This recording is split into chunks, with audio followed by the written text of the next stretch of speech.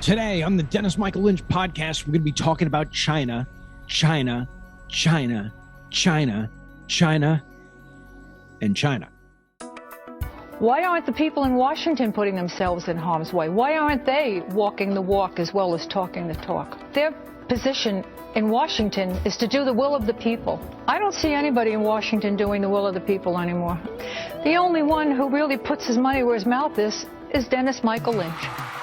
Hello, I am DML, and you are listening to the Dennis Michael Lynch podcast. The exclusive sponsor of this program is DMLCBDcom. Go there today and get the best CBD products that can make you feel great again. This podcast is for independent thinkers who want to recapture the great American experience, and they know it all starts with sharing the unfiltered facts, truth, and opinions I give you every day. Today's podcast will both shine a light on the solutions that can fix our nation's biggest problems, and it will make you the smartest person in the room. Here we go. Before we start the program, I'm going to do something I usually do at the end, but I'm going to do it now. DMLCBD.com/gift, GIFT, DMLCBD.com/gift, GIFT. That's the URL you want to go to right now today. Because if you go there, you can buy the greatest gift for somebody for this holiday. Whether it's Hanukkah, whether it's Christmas. DML CBD has ingestible products, and then we've got what's called topicals. Our ingestibles, I think, are the best, and our topicals are the best. And nobody ever argues on that one. There's 3 topicals that we've got. Miracle Me body oil. Put it on. In fact, you see, I got the canister right here. There you go. Canister right there. This is the big one. This is the 7-ounce bottle. You put it on your body, any aches and pains, bye-bye.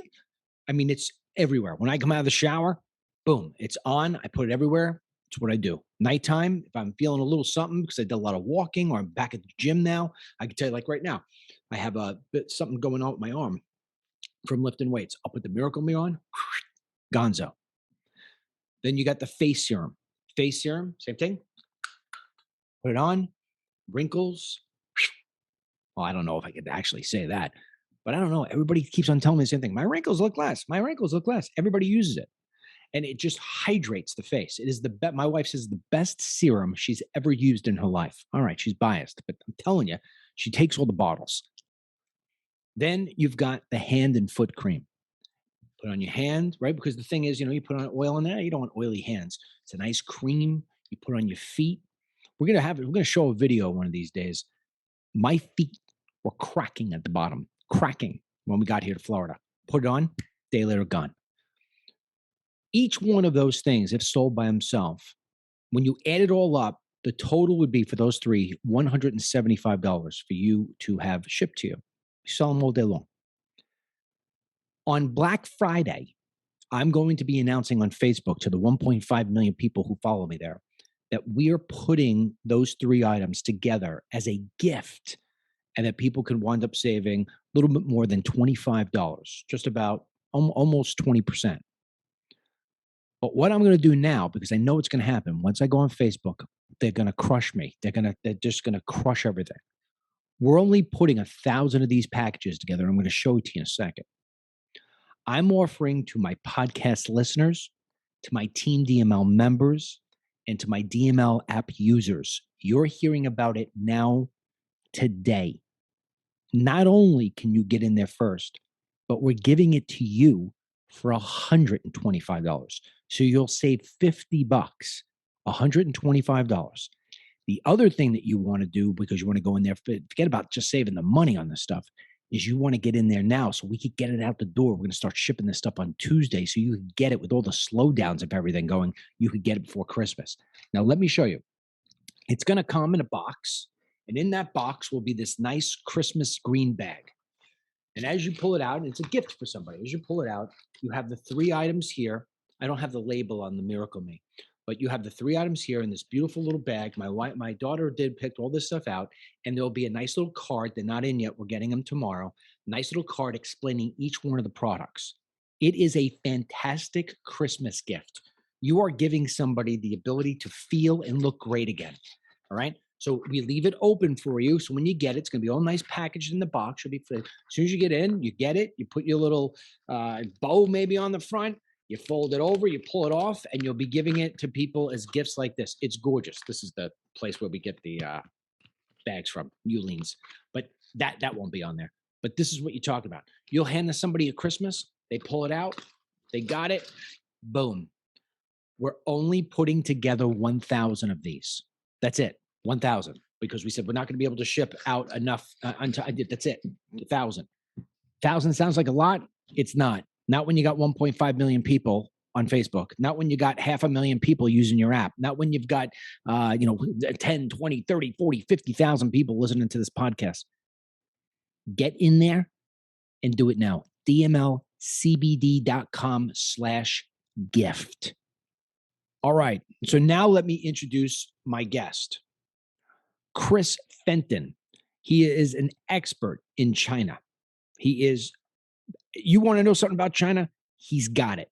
He's written a book called Feeding the Dragon: Inside the $1 Trillion Dilemma Facing Hollywood, the NBA, and American Business.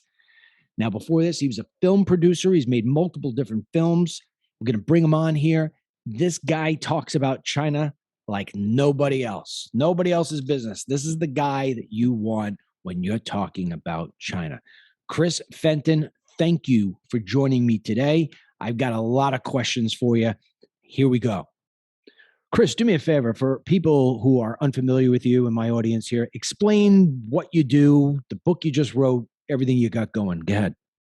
Yeah, well, if they were watching a video, they would see big movie posters behind me, actually with some with Chinese lettering. And I grew up on the East Coast, not too far from you, in South Florida.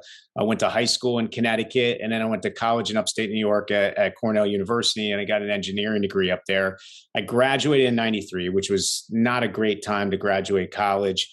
And I sort of found myself not with a job. So I traveled the country. I stayed at different college campuses in my fraternity house, trying to find a place where I wanted to settle down, find a job. And eventually I ended up in Los Angeles, just passing through. And back then, no one really wanted to be in Los Angeles. A lot of people were migrating out of the state.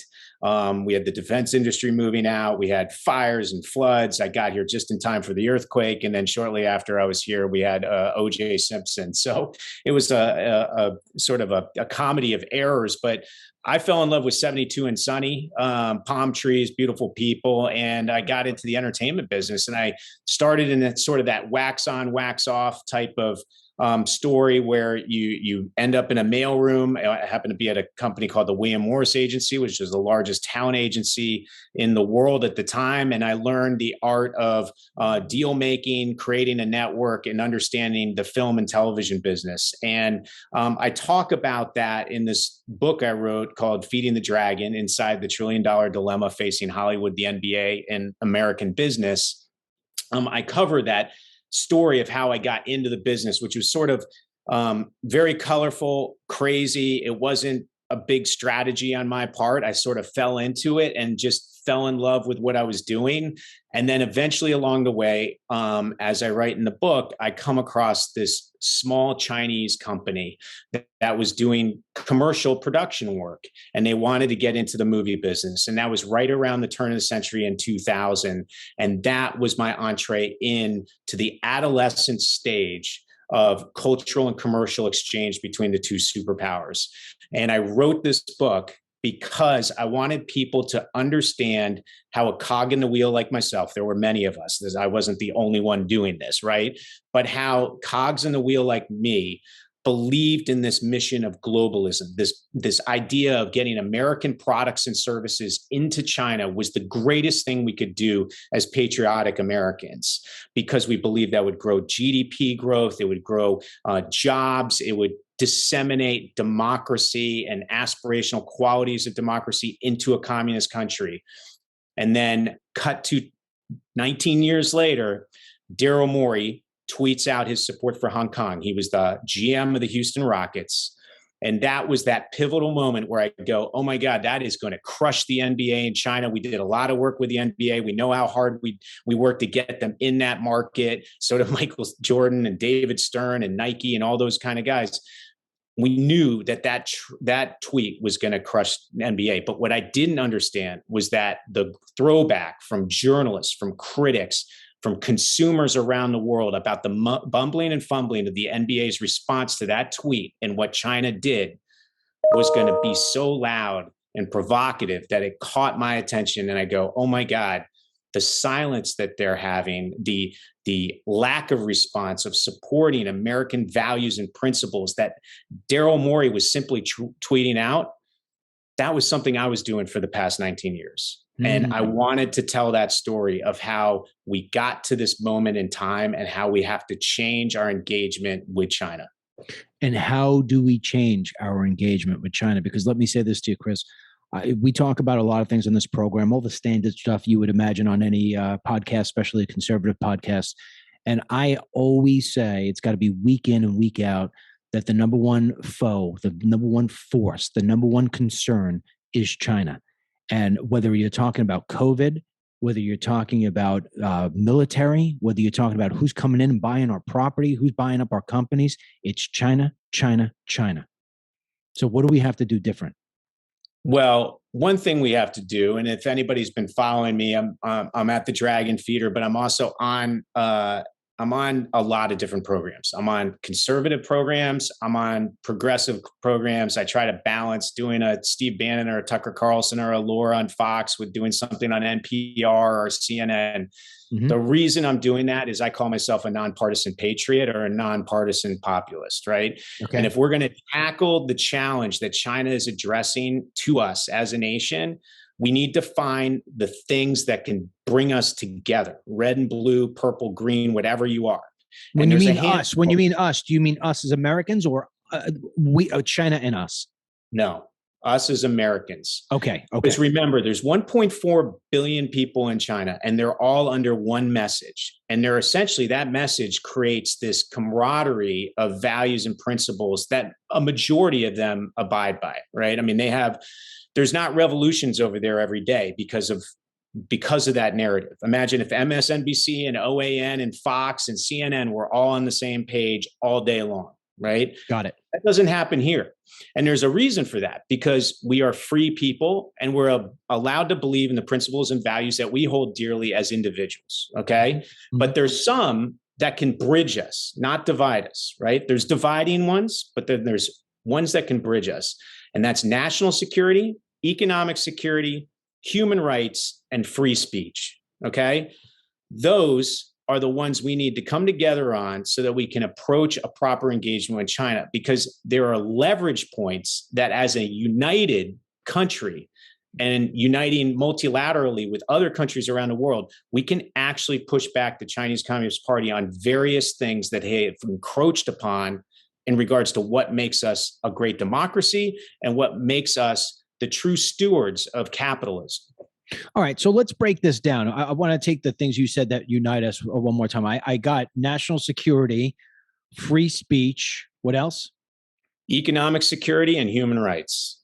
Human rights. Okay. So when I look at China, you can't say anything. When you're here in the country, one of the things, Chris, that people are talking about is that many on the conservative side feel as if there is no more free speech. I mean, we had the president of the United States of America is eliminated from the two biggest platforms there are. Yeah, he could go on Fox News, but Fox News is dwarfed by what happens on Facebook and Twitter. So many Americans right now are saying, well, all right, look, I like what this guy's talking about. We gotta push back against China. But the things that unite us, free speech isn't on there. So what say you about that? Because, I mean, I got to tell you, there are many days here, Chris, on this program where I feel like I can't say certain things, because if I say certain things, I may not have it tomorrow if Facebook and Google and Spotify, and they all decide to take me down because I said something that somebody didn't like.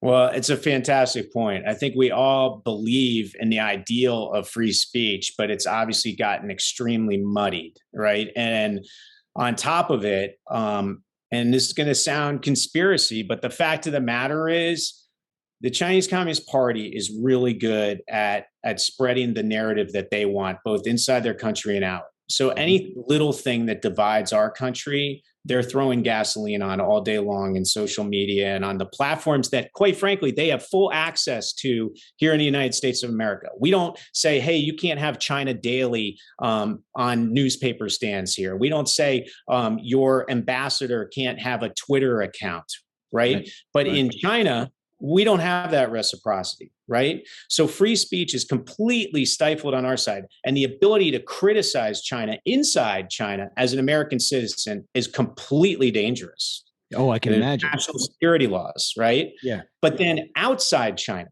they are prohibiting our ability to criticize them, okay? And that is the essence of the free speech argument that I'm talking about. The other one you're talking about is a real problem we got to deal with, but let's just focus on China for the moment, right? Okay, so let me go into your world for a second. Yep. I mean, China gives us so much ammunition to talk about them, yet you never see a bad movie about China. Why does that happen? Why don't I see any movies criticizing China?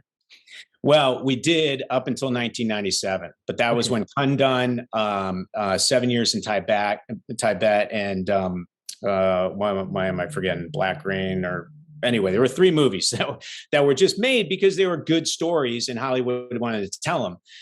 But China was rising as a youth in capitalism, and we knew that we're going to be an adolescent and eventually an adult in the largest market in the world, not only for Hollywood, for various other businesses. So China knew that we knew that. So they said, 7 years in Tibet, Richard Gere, Brad Pitt, Disney, you are persona non grata in our market forever. And then you had to see Michael Eisner hop on a plane and go over there and say, hey, that will never happen again. We'll make sure that Disney doesn't make those kind of movies. That was 1997, right?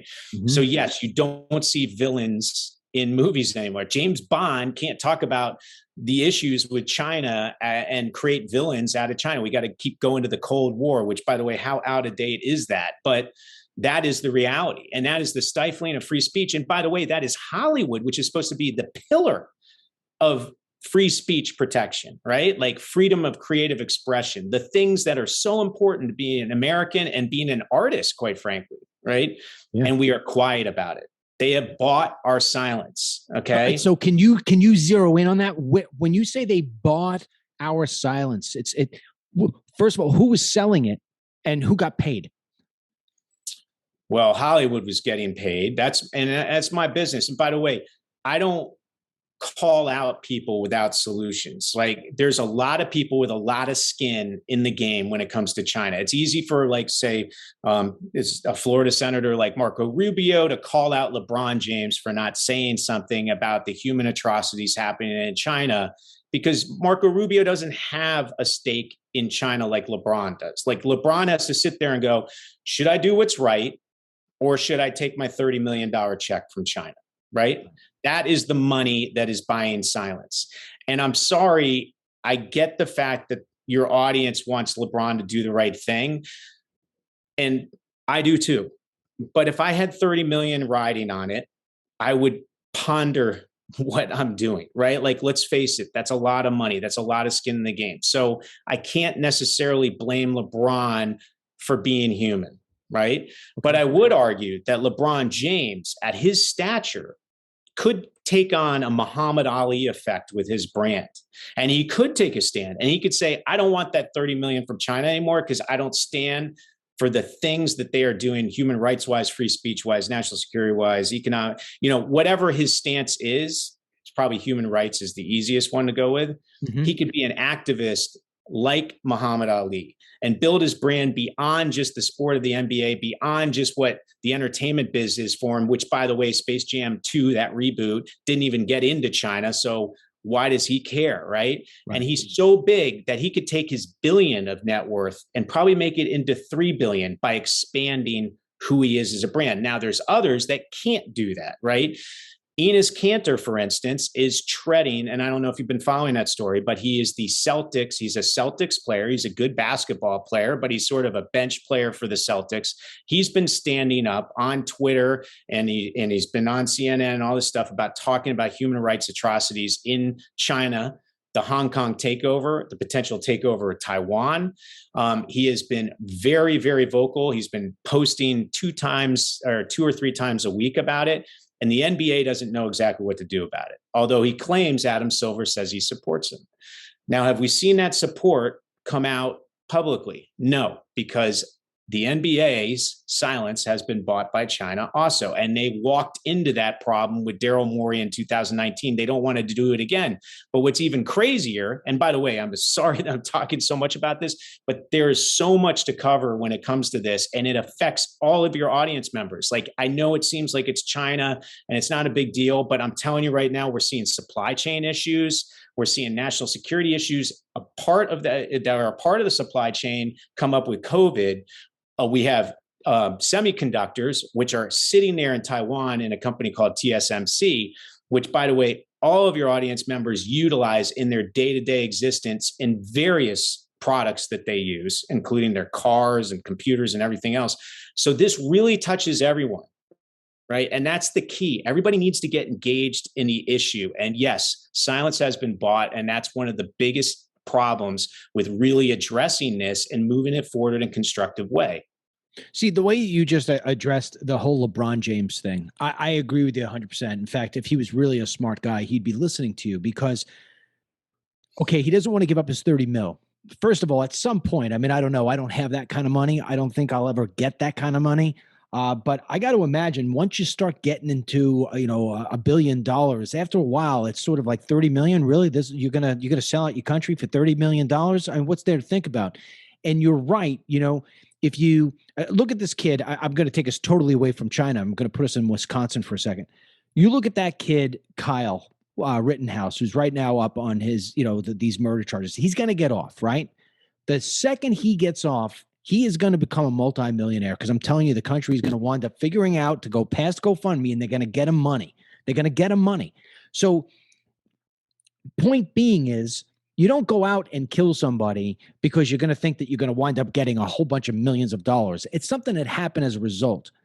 If LeBron James were to look at the bigger picture of what could happen as a result, maybe he doesn't see it right now. Maybe he doesn't see it. But what would happen is that the American people like me who can't stand him, all of a sudden, like that, I would change. I would change in a heartbeat if he said, you know what, take your 30 million and shove it up you know what?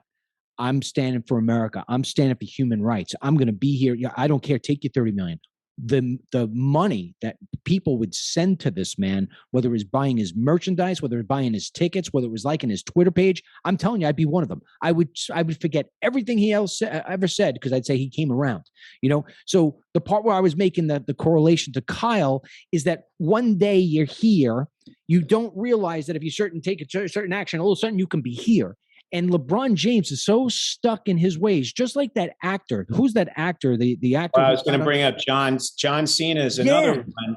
I mean, by the way, he had, not only does he have, so you're making my argument really well because, your audience is one side of the aisle. There's audiences on the other side of the aisle. This also involves the whole West of the world, right? Like there are consumers, journalists, critics, politicians that have picked up on this kowtowing to China and the fact that we're turning a blind eye to a lot of atrocities and various others injustices.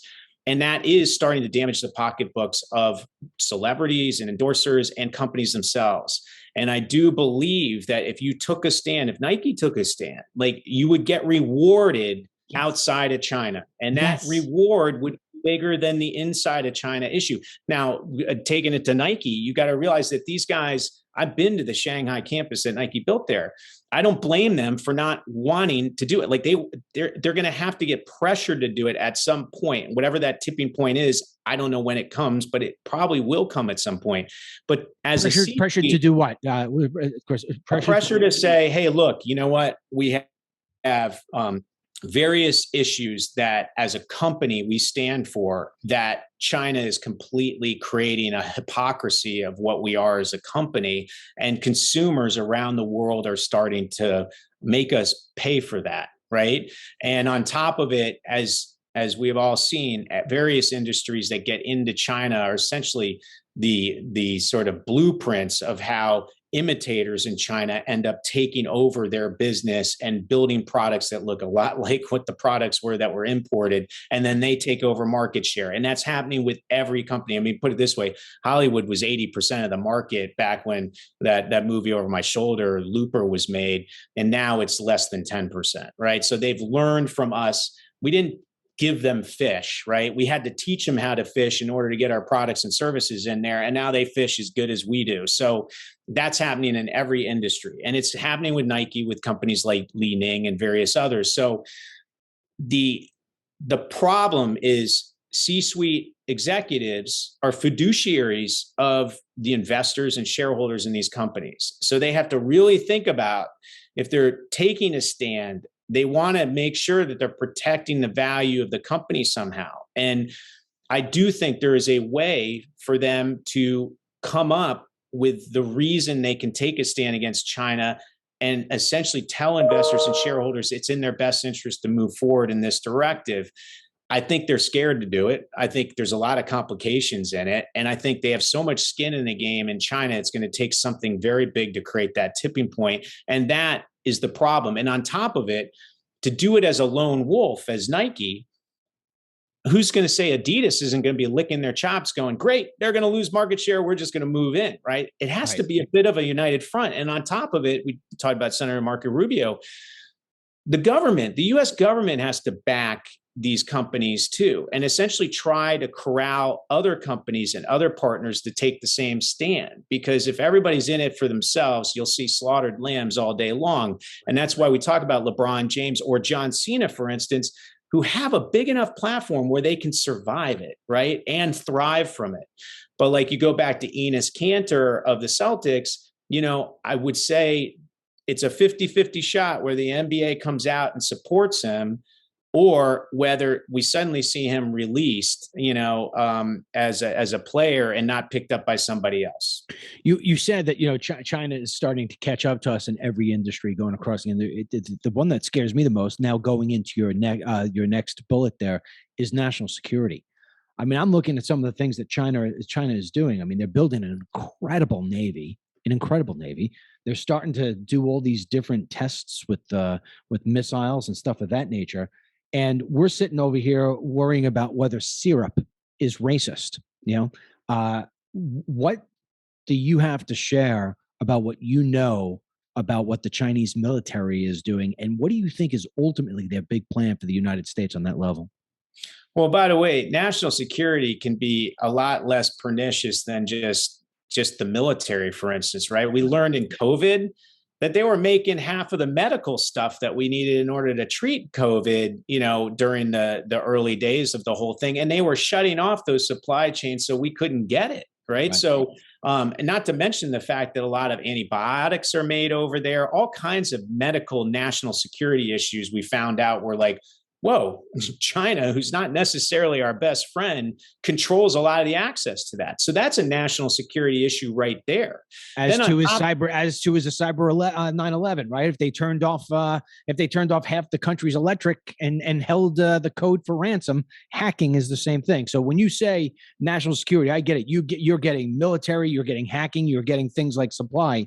But if you were to just zero in right now on the part, we could go into each one of them, Chris. If you were to zero in right now on their military, the part of where we all get to see. I mean, people.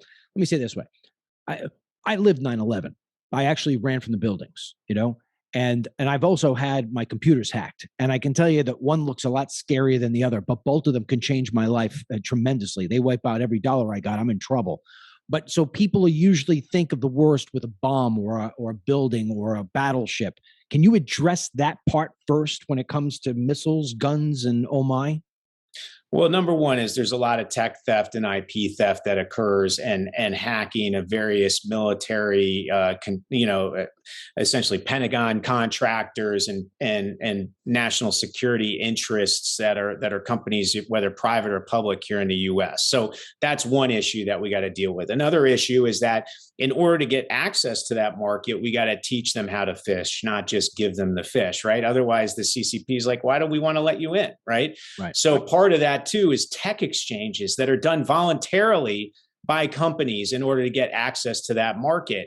And we've seen a lot of that tech then taken by the Chinese in the private sector, public sector, that are used for consumer products or used for military equipment. Okay. That's a big issue that we need to stop. And a lot of the JVs that are set up, you're forced to create a JV there that's 51% owned by the Chinese. Those JVs are set up specifically to take those patents, to take that tech and utilize it for whatever the Chinese government wants. Okay, so that's a big problem.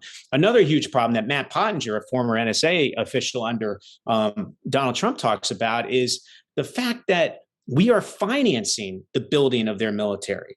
Their access for SOEs, state-owned enterprises, right, that are owned essentially by the government, and other Chinese entities to our U.S. capital markets are providing the capital for these companies to provide the technology and the different equipment and products that are needed for the military there to actually activate a lot of this weaponry that they're putting together. And what's even crazier about that is the fact that people here in the United States aren't even aware that they're financing the Chinese military. Why? Because pension funds are brought in to a lot of these financing mechanisms that are used by the Chinese in order to help the capital that's raised here in the US go over to China, help to fund this stuff. So there's the funding issues, there's the tech and IP issues that are stolen, then there's the voluntary tech and IP issues. And then on top of it, it's what is our policy overall towards this essentially spreading the wings of the Chinese Communist Party around the world? What is our policy moving forward in regards to the 9-dash line and what they're doing in the Philippines and what they're doing building air bases down in the South China Sea? What are we going to do if they make a move on Taiwan, which a lot of experts believe is imminent, right? We need to design policy. We need to design an aggressive stance that keeps them in their place, yet avoids kinetic war. So let's take what you just said, because it's very, very scary, because you're saying we have to take action, we have to do this, we have to do that.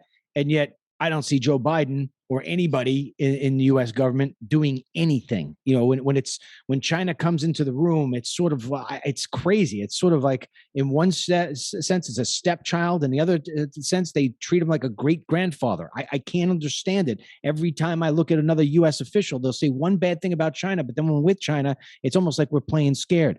So with that said, with all that scariness that you just put out on the table, and it is scary, we don't really have the right people, I don't think, or at least the right approach. And I think that's some of what you're saying. We got to come together with a new approach to try to deal with China.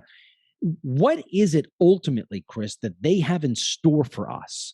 I mean, are they looking to take over the United States? Are they looking to conquer the world, and we're the number one that they've got to take out of the way in order to do that? What say you on that? Well, there's a lot to unlock there. Well, number one is, I'm going to stay nonpartisan here, but like Joe Biden, yes, I get the critiques about him, but he did twice say that the U.S. would come to the defense of Taiwan if they were invaded, which, by the way, was probably what he wanted to say. But then his administration walked back the 2 times he said that. Okay. So I would say instinctually his gut is on the aggressive side, yet our policy as a country is on the stay neutral side, or the strategic ambiguity. Number 2 is, I'd say, Donald Trump. One of the greatest things that he did was he pulled the fire alarm. He pulled the fire alarm. Hey, we need to pay attention to China. This is not good. Okay.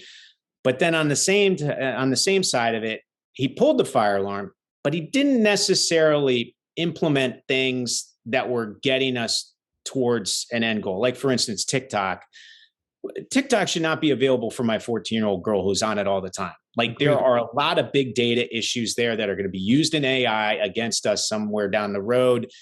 It should not be available here. And he had a good idea there, but then on top of it, it got muddied with helping out his buddy Ellison or whatever it was.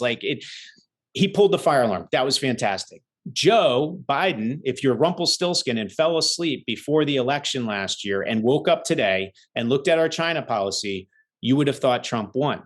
Yeah. Joe Biden has not changed anything that Donald Trump put in. So I would say, in a weird sort of way, they're both equally flawed about China, but also equally strong about China, which plays nicely into being nonpartisan, I guess, for me. But then to answer your question, okay, there are hawks that are going to disagree with what I say here, and there are doves that are going to disagree with what I say here.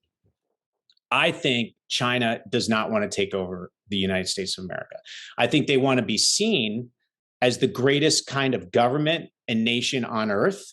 I think they want to definitely be the regional leader and superpower. And I think most importantly, they want to stay in power as a Chinese Communist Party. Xi Jinping, his 7 standing committee members, the 200 plus of the Central Party, et cetera. They want to stay in power. And how do you do that? You keep 1.4 billion people just happy enough that they don't revolt, which means you can't make them all happy. There's not enough resources on earth. So you got to give them all what they need and some of what they want, and create a narrative that they can get more of what they want if they aspire to go upwards. Okay. The problem with that is that they are resource poor, right? They don't have enough water. They don't have enough food. They don't have enough energy sources.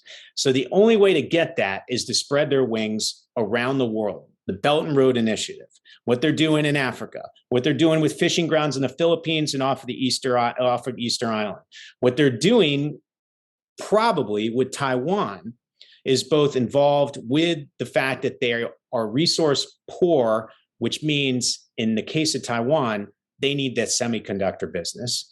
And number two is they've always, in the Chinese Communist Party, see Taiwan as a part of China. They believe they have that right to go after them. Do they want to go after South Korea and Japan and take over those nations? No, I don't think so. I don't think that's interesting to them. I don't think they are necessarily aggressive by nature. I think they're more pacifists in a lot of ways. But if you corner them, they will attack like a raccoon. And on top of it, when they do attack, a lot of times you don't even know they're attacking. It's death by 1,000 cuts in your back. You have no idea it's going on. And in fact, that's what's been going on the last 40 years of our globalistic mission between them and us. They have been playing a game of chess on a long-term basis. We've been playing 2 to 4 year election cycles and quarterly results and all kinds of other short-term stuff that gets us into a game of checkers and outmatched by them. So that's a long-winded way of saying I don't think they want to take over the United States of America, but there's a lot of nefarious agenda items in their plan, mainly based on self-interest. Well, I mean, I don't know if I necessarily agree with you on the fact that they don't want to take over the United States of America. I think that I do like one thing you just said there. If I could kind of spin it my way, I would say that, you look at any typical American and they're pissed off if there's, 10 cars online at Starbucks. Oh, my latte is going to take me 8 minutes versus 4. So we want everything now. 2 seconds ago is too late. China is willing to sit back and wait. See, for them, it's generational. For us, like you said, it's by the minute. So I think they see a country that is weakening, getting weaker and weaker and weaker with each guy we put in place. I think they see our culture changing, and because our culture is changing so much and to a place where I don't like it. I don't like the fact that boys want to be girls and girls want to be boys, and we're allowing this sort of thing to happen. China, I think, is sitting back and just laughing their asses off, saying that they're destroying themselves. We're going to watch it, and we're going to make a lot of money off it at the same time. They're coming in here. They're buying up U.S. companies. They're coming in here. They're buying up the universities, as far as I'm concerned. Like you said in the beginning of the show here, they're buying their way. They're buying up properties all across the country. They've been doing that for years. And, I think what's going to happen is we're all going to look up at some point and say, whoa, how the hell did it turn out to be that China actually owns Vermont?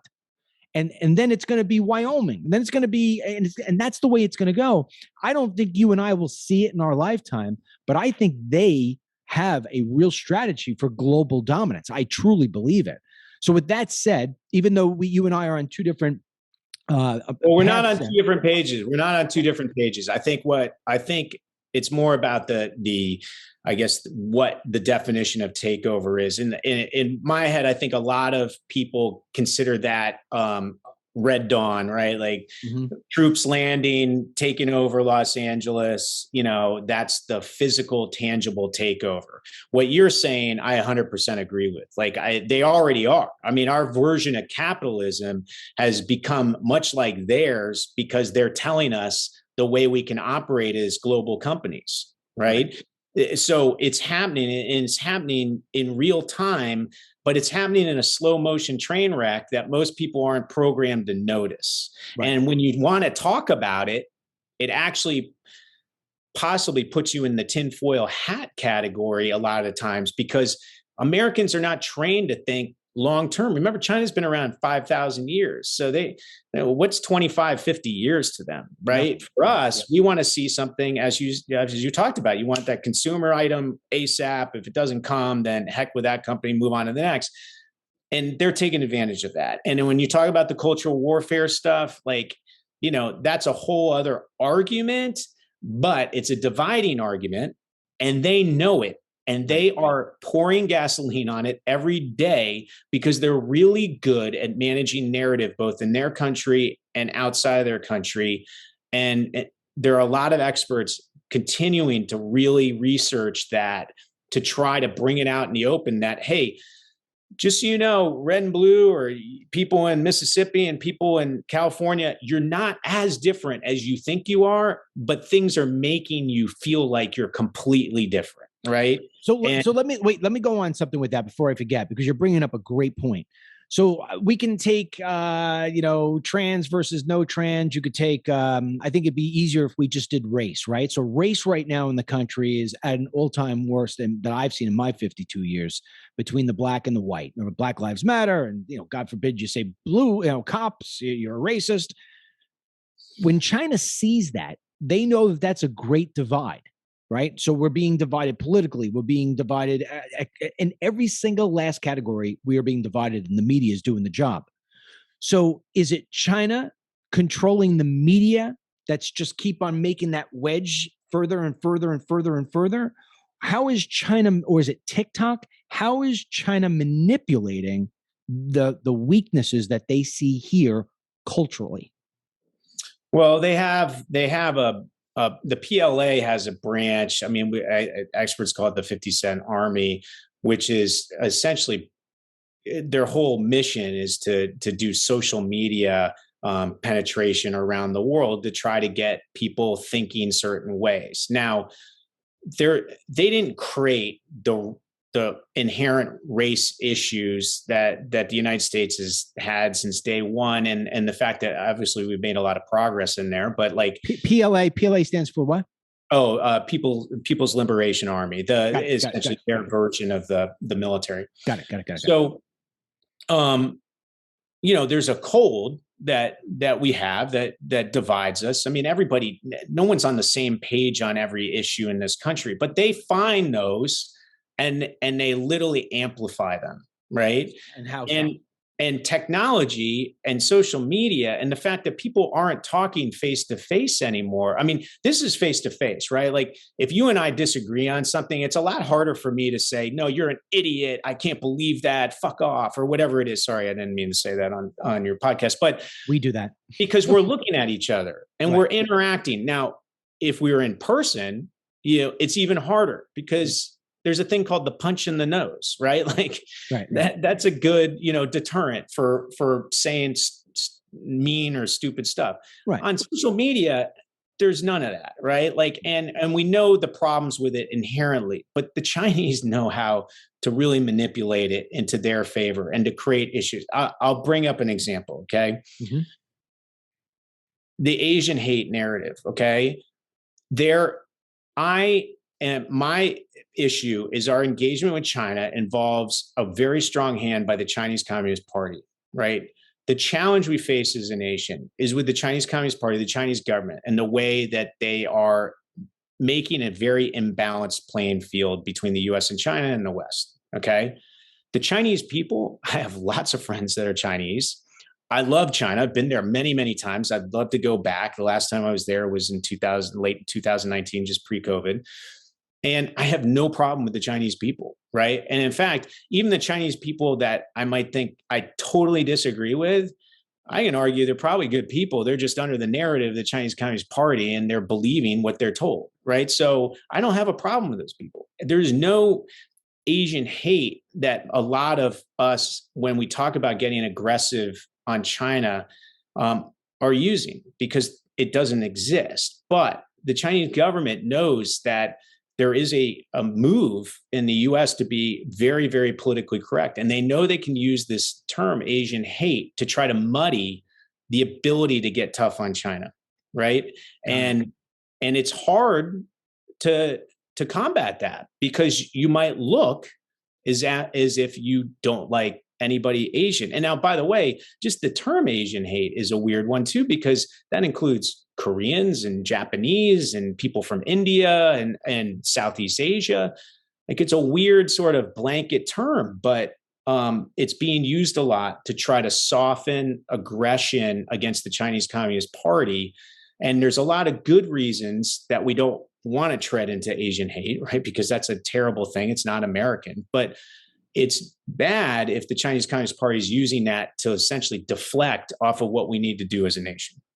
So if you take the other part that you said there, which is the economic security, I'm always bothered by the idea that we borrow money from China and then we go giving it away to other countries.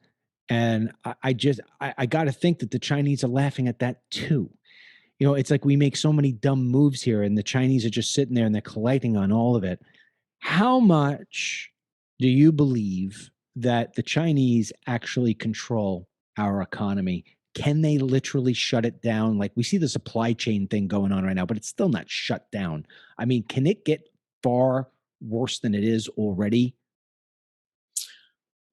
We are very entangled, both superpowers. So if the US wanted to take a really tough stance on China economically, we would devastate them.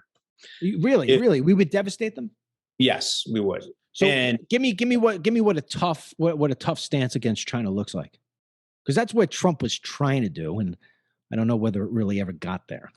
So what does it look like? What's a tough economic stance look like? Well, I mean, if you went crazy on it, you could forbid any exports from China from ever getting into the U.S. I mean, but then here's the thing. But then you would actually cripple how many U.S. businesses? Well, the second part of what I was going to say is, if China wants to take a really tough economic stance, it would be devastating to us. Right. We're sort of like Shark and Remora, or, you know, we both got guns sticking right at each other's forehead. Exactly. I don't know what the term of that is now. That's PC, but like, yes, we're both standing there with a gun staring, at each other's nose, and it's one of the reasons why people asking or are pushing for a full decoupling, I think, are completely unrealistic. The only way you fully decouple is war, like a real kinetic war, right? And a real kinetic war, because part of that's going to be based on the fact that we go, hey, we're not going to pay back any of the debts that you guys, those treasuries you own, screw it, we're not paying, right? That would create war by itself. But decoupling is impossible without something really globally tragic. I believe the better approach is what Europe did to us in the early 1800s, which was, we had, and China's using our playbook. We had protectionist policies, we had tariffs, we were stealing their IP, we had all kinds of, forced ventures that would allow what we called our infant industries to take off and build our industrial revolution. And then it was one day when the Europeans said, hey, you know what? You guys have been taking advantage of us for a long time. You've built this incredible industrial revolution in this economy. We're not allowing it anymore. We are going to balance this playing field, and we are going to go make money off of you because you built yourself off of our backs. And that's essentially what we need to look at, the way we need to look at China. We need to say, you know what? This last 40 years was a little bit misguided. You took advantage of us. Enough's enough. Now the WTOs are going to designate you as a developed nation instead of a developing nation. The SEC is not going to allow you access to our capital markets under state secret laws, which allow you to circumvent various accounting standards that everybody else has to abide by. We do all kinds of stuff like that. And then suddenly we level the playing field. We make money off of what we built, and we do it on our terms rather than theirs. It's a great lineup, but of ideas. But then I bring you back. This is what I wanted to sort of really touch home on, was the whole part about Taiwan. So Joe Biden has said that he's willing to protect Taiwan, and like you said, they walked it back. How do you think that plays out? And if it does go down the bad channel, how far do you think the U.S. actually goes? I mean, are we still in a position to where we're stronger than the Chinese, or have they caught up to us? Have they surpassed us when you talk about all things military? Well, I'll bring it to myself personally. We were doing some business with something in Taiwan in 2016. And it wasn't until then that I didn't even know Taiwan did not have an embassy in the US. And it wasn't until then that I really understood that there was this strategic ambiguity sort of policy we had with them, and that we didn't recognize them as a nation, and all that weird stuff. I was dealing with 15 years of US-China relations prior to that, and I still didn't even think about what the Taiwan issue was, right? So if I'm that integrated in that part of the world, and I didn't really understand Taiwan and how our nation recognized them, then I don't expect the rest of our country to either. I know it's been in the news and some people are picking it up and learning about it, but it's super confusing and it's super ambiguous and it super doesn't make sense in so many ways. Right. So you put that into the equation, into a country that wants to think about what's black, what's white, and what's right, what's wrong, et cetera, et cetera. And it's very hard to rally a country around fighting a war over something that they don't even really understand or comprehend, especially one that's on the other side of the world, that's only 100 miles away from the aggressor. Right. Right. Right. So, my feeling is, I don't think and I think the Chinese Communist Party is making this calculation. I don't think there is the fortitude or the willingness to put troops on the ground to go fight on behalf of Taiwan. I don't think Korea or Japan or our regional partners over there have that sort of it's not courage, the fortitude. I think you said fortitude. Yeah. Maybe Australia, but they can't do it alone. Yeah. So I think what we need to start planning for is the fact that this is going to happen. It's imminent.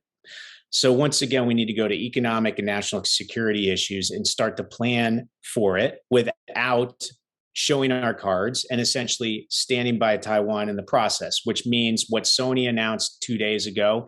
They're going to build a TSMC plant in Japan. We're doing one in Arizona. We're going to start getting more serious about getting microchips out of Taiwan as much as they are and get them into allied nations and ourselves and get that manufacturing and technology working. We need to think about the other Taiwanese issues that we need to think about in terms of economic and national security issues.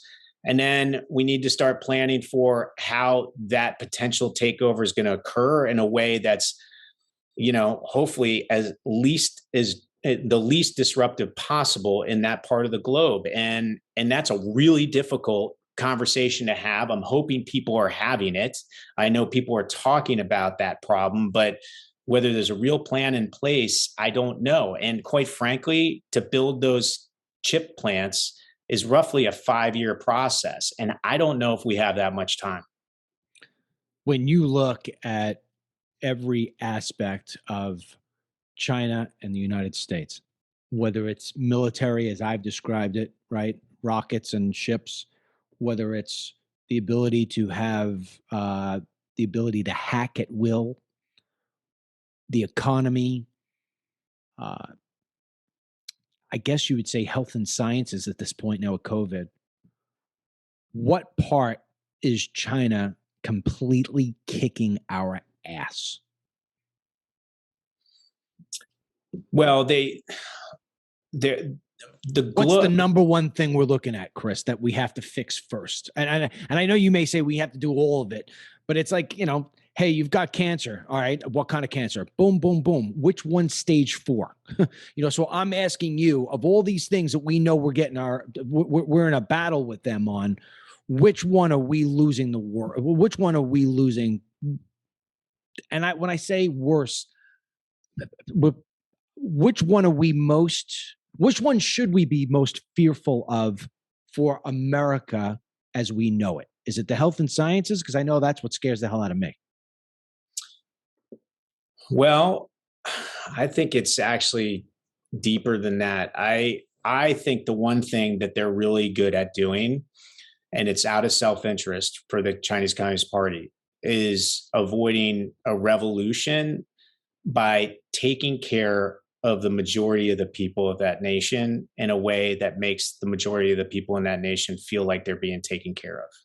And if you do talk to the average Chinese person, they do feel like the government's doing it. And if you look at what they're doing, now granted, this is communism, it's totalitarian, and they can do things that you can't do in a democracy. And I would always say that democracy is where I want to live, not in the other space. But if you look at the rackets that are created in that society, like for instance, the tutoring system, which only the rich can afford, which was essentially allowing only the rich to go to the best schools, to go to the best universities, and then to go to the best foreign universities around the world. Xi Jinping says, you know what, that's creating have and have not, a bigger divide in the country. We're getting rid of that racket system so that everybody has a chance for upward mobility if they want that. They're doing the same thing with tech. These tech giants have gotten too big and too powerful, and we're involved in too much of every person's everyday existence. And that leverage was creating a problem for the majority of the people there. So he's breaking them up and making sure they lose a lot of the power that they had over the individual. Here in the United States of America, and then another good one is Evergrande, right? And we'll see how Evergrande plays out. That's the real estate company with $350 billion of asset or of liabilities that they can't pay. He's going to let them fail, right? And he's going to make the people that were involved with that company go to jail. He's going to make sure the equity holders and the big investors that were involved with that fail and lose money. And then he's going to take care of some of the little guy that got stuck in this thing, right? We haven't seen that happen in the US enough. There is a cold that has taken over this country where 90% of the people feel like the system does not work for them. Our engagement with China is a big reason for that, right? We should have huge inflation here. We should have bank accounts that get 10% interest, which would help everybody else. We should have Social Security that pays a 10%, coupon or a higher wage every year, because we have true inflation in this country. But globalists, and I was a part of this problem, I'm not blaming everybody else, I'm saying I'm part of it, but we offshored our inflation to China. And that allowed the Fed to essentially do what they do, the central bank and the interest rates and all that kind of stuff, under this guise that there's no inflation. But the fact of the matter is that cheap good and service we get out of China that brought our inflation rate down also took all our manufacturing away. Yep. Right. And I look at what China is doing better. And I would say the biggest issue that we have in this country today is that 90% of the people have been left behind by various policies and various ways that government has taken over certain things that free markets, quite frankly, would make a lot fairer. China has recognized that and is dealing with it. And if you have 1.4 billion people that believe their system is working for them versus 330 million, where 90% of them think it doesn't, that's the edge that China's looking for. Do the cities throughout China, do they have homelessness like we do here in the U.S.? There are no homeless people, but that's a hard one to say they're handling better, because if you are a homeless person there for whatever reason, you're going to be out of view, right? Yeah. They do put them to. I was in Chengdu in 2004, and I saw these people in uniforms cleaning the streets and everything. And somebody told me, oh, those are homeless people that they say, hey, we'll provide you shelter, but you got to do these jobs, right? I'm sure a lot of people would go, hey, by the way, that's a great idea. But it's also part of the reason why you don't see homeless there. But there are no homeless. They do either house them or, heaven forbid, they do something not good. With the human rights aspect of it, and this was the last thing I wanted to ask you with regard to your stages you had there. Can you give the listeners here an idea of, because in one breath you say, they're taking care of the little guy. And then at the same time earlier on, we said that, people like LeBron James have to be taking a stand because of the human rights violations they're doing over there. So how could they be taking care of the little guy and still being egregious with their human rights policies over there, or their actions over there, I should say? Give us an example of what bad human rights are that you see going on over there. And is it just child labor? Well, they're taking care of the little guy in the most basic sense. And the little guy in that case is also Han Chinese, essentially, which makes up the majority of China. In Xinjiang, where we hear a lot of the issues in human rights abuses, that's the Uyghur population. That's a Muslim minority that is not Han Chinese. And they are, there's all kinds of accusations and lots of proof out there. I haven't seen it for myself, but there seems to be a lot of documentation of how terrible it is to be a Uyghur in the Xinjiang province. And part of that process is to reprogram them into being essentially more like Han Chinese. Essentially, they are persecuted for what they believe in religiously. Religion is not something that the Chinese Communist Party supports, mainly because the Chinese Communist Party itself is supposed to be seen as essentially part government and part religious leader. So you see a lot of the minorities. LGBTQ is obviously not well supported over there. And there's various other minorities and ethnicities that are under the same sort of persecution, imprisonment, forced labor. A lot of people talk about organ harvesting. I don't know where my head is on that one, but it seems like there's a lot of proof around it. There's just a lot of stuff that's going on that even is leading to a lot of experts in different nations to call it genocide. So that leads into the human rights issues. I got to start wrapping up here. I know you got to go too. I want you to tell everybody where they could get you booked, give them all your social media stuff.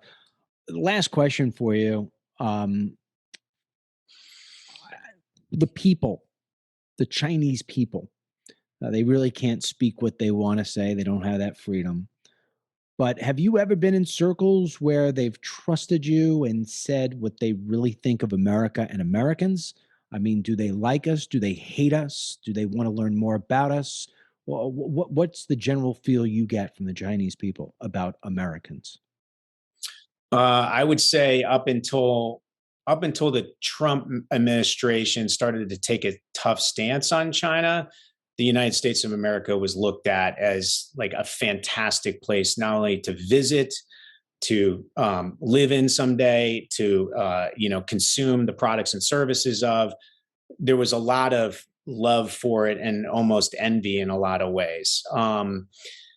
Once we started to get tough on China, the Chinese Communist Party started to change the narrative on the West. And as you know, you might know somebody that's super liberal or super conservative.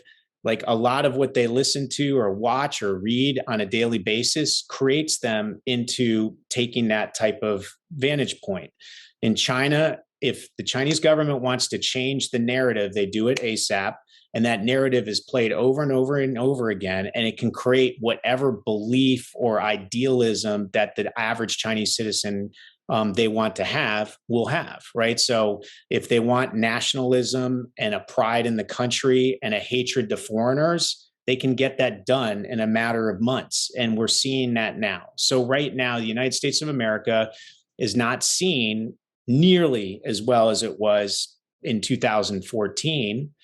But, part of that's because we sort of woke up to the fact that, oh yeah, they want their people to think we're great because we were playing ball with them for so long. Now we don't want to. and we're going to get tough. So that is happening. And by the way, consumer products in that country are losing a lot of ground, not only because of the imitators, but also because of the enthusiasm by consumers over stuff from the West. So there's a throwback there that's occurring. And once again, that risk reward calculation has so many layers to it for every global company that everybody's starting to look at it and go, hey, is this worth it anymore in China? You know, I forgot, I want to talk to you before I let you go about China and its role with COVID. You know, you talk to the conspiracy theorists and they'll tell you that there's always something where somebody is trying to make the one world order, you know, take everything over. And in my 52 years, I've never seen this country react to something like COVID like it did. When we had that, 15 days to stop the spread, I was like, okay, I can understand it if this thing's that bad. But as time went on, to me, COVID became just a political football. And I think when China sits back and sees, this goes back to like what I was saying earlier about with LeBron not seeing tomorrow, Kyle Rittenhouse not seeing tomorrow. I don't know if China really saw what tomorrow looked like when COVID first hit, but they certainly see it now. And the whole world stopped spinning. The whole world stopped everything it knew. The United States is still stuck in this thing. I can't believe we can't get out of it. When China looks at COVID, whether it was developed in a lab, whether Fauci was involved, whether he wasn't involved, can China do that to us time and time again, come up with another virus and just release it? I mean, can they just do that nonstop? Would they do that? Because they really put the entire world on its ass. Yeah, I think, well, look, my theory of what actually happened is probably in line with Jon Stewart's rant on Stephen Colbert, where he was like, he compared the lab to like the Hershey factory in Pennsylvania, and everybody suddenly was smelling chocolate in the air. And could that be coming from the Hershey factory? But there's a Washington Post reporter, which, by the way, I'm sure a lot of your listeners, Washington Post, that's progressive or whatever. Josh Rogan, he wrote a book called Chaos Under Heaven, but he's been covering in depth the COVID outbreak and how he believes through so many different points of evidence that it came from that Wuhan lab. And I follow that, and I actually believe his theories. And I do think that in 50 years, if China goes, hey, by the way, just we did that all on purpose, we would go, wow, that was the greatest Dr. Evil plan ever. Wow. Wow. Right. But I highly doubt any of that was planned, but it really did work out in a lot of ways that benefited the Chinese government, and their rise in the world was really amplified through COVID. Yeah. So so if it was indeed intentional, if it was indeed from the lab, does China now see that almost as the greatest military of all? Because you don't need a ship, you don't need a missile, you don't need anything. The whole world stops spinning. Well, my guess is yes. And I think really what's the worst part about it is that politically we've gotten so divided on the issue, and we're so silenced by anything out of China, as is the WHO and various other entities, that the fact that we can't even go back and understand how this happened and provide the evidence of, okay, here are the steps that led to this terrible disaster. Here are the teaching moments that we need to take away from this to prevent this from ever happening again. The fact that we are prevented by all these different obstacles that are keeping us from repeating the same mistake is the worst part about it. I agree. I agree with you 100%. Where can people get your book? So you can get it on Amazon. It's called Feeding the Dragon, Inside the $1 Trillion Dilemma Facing Hollywood, the NBA, and American Business. I have a website called feedingthedragonbook.com. And I love when people follow me at the Dragon Feeder. We have great exchanges on there. And I absolutely love being on the show. Thanks for reaching out. And I really appreciate bringing attention to this really difficult, challenging subject that all Americans need to help this nation properly address. Yeah, listen, you were great. In fact, I'm going to have you back again because I don't really, we touch things quickly. I mean, I'd like to just get really deep into some of this stuff here.